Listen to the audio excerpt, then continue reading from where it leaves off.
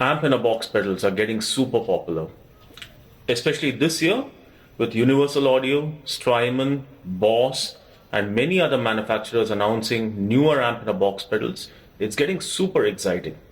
So what we're going to do in this video is see what are the different types of amp simulators out there, why are they getting so popular, and what are the advantages. Stay tuned.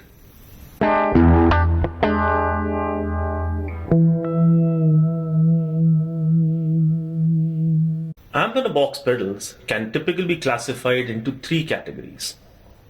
The first one being these. These are the classics.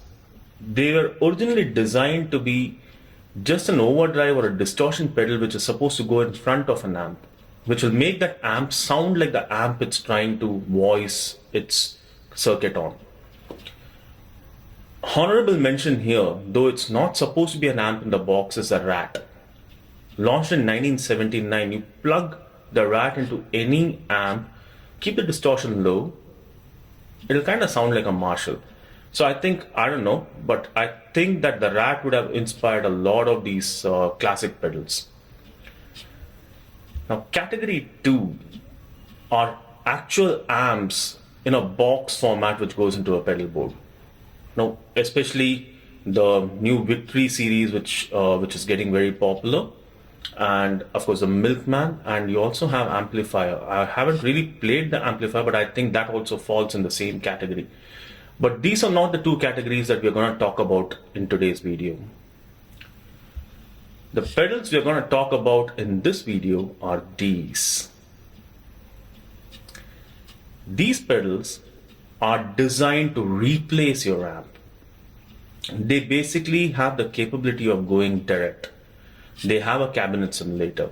They may or may not be analog, and can also have some kind of a reverb function, etc. attached to it. Some of them also have DIs attached to them.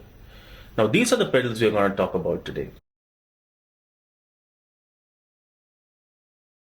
Why are these pedals getting so popular? I started thinking about that when I got these pedals. A little bit of a history. A good friend of mine gave me these pedals to try out. I ended up buying it from him. When I have 3 tube amps, which are nicely wired up, I have an HX Stomp, I have an isolation cabinet and a few plugins.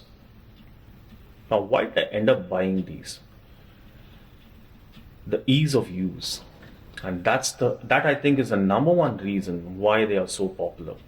It is so much easier to just plug in the guitar and just run it to my audio interface and just switch amps and get the sound I want. Especially when I'm actually tracking with my HX Stomp and I want a supplemental sound which is a little more grittier and chimier analog. These pedals are analog, by the way. It comes in super handy. So I think that's the number one reason, the ease of use. You can get one of these pedals, put it in your pedal board, and just go gigging, go tracking, whatever that you want to do, instead of lugging around amps or bothering about how you're gonna sound, or backline amps, or whatever it may be. Ease of use, man. That's, I think, the number one reason. Number 2 reason is analog versus digital. Mind you, some of the amp in the box pedals are not purely analog, they are actually digital. But the reason I'm actually quoting analog versus digital as a reason is, if you look at the guitar pedal sales, I got the data from 2005, and that too for the US, because that's the only recorded data. Guitar pedals have been going up, and you have to understand that in 1997, when the Pocket Pod was launched, that was the birth of processors. The digital processors took over and killed the pedal market. So 2005 was actually a low base from which it's rising up, which clearly shows that guitar pedals, analog pedals, are making a huge comeback. We're going to do a separate video on that, stay tuned. Now, when we as guitarists, we go analog and put these pedals onto a pedal board, we don't want to be actually dealing with tube amps all the time. I'm not saying they sound bad, they sound fantastic.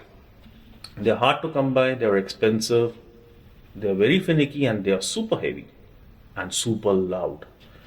So I think the best way to complement a new pedal board or an analog pedal board is by putting one of these pedals towards the end, which gives you the capability to just go direct or listen to what you're playing through your monitors or whatever that you want to do.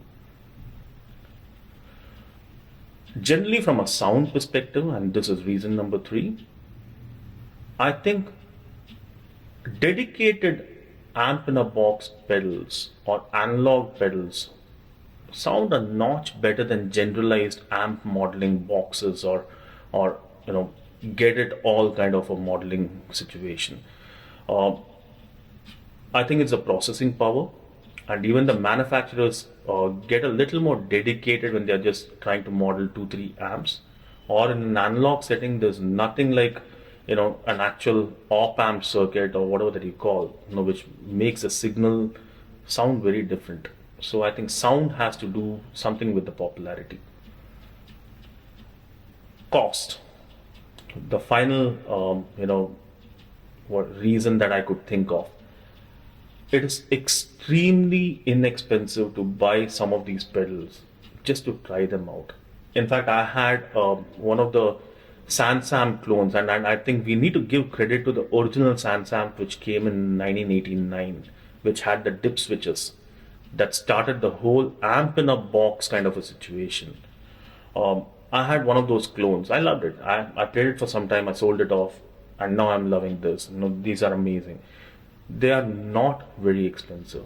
Of course, if you look at an Iridium by Strymon, or you look at the new Universal Audio pedals, or even the Boss IR loader or whatever it is called, it's a notch expensive.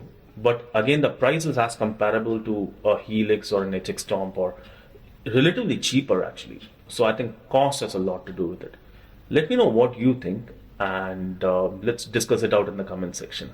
And as usual, we have some beautiful videos lined up. Subscribe and hit that like button.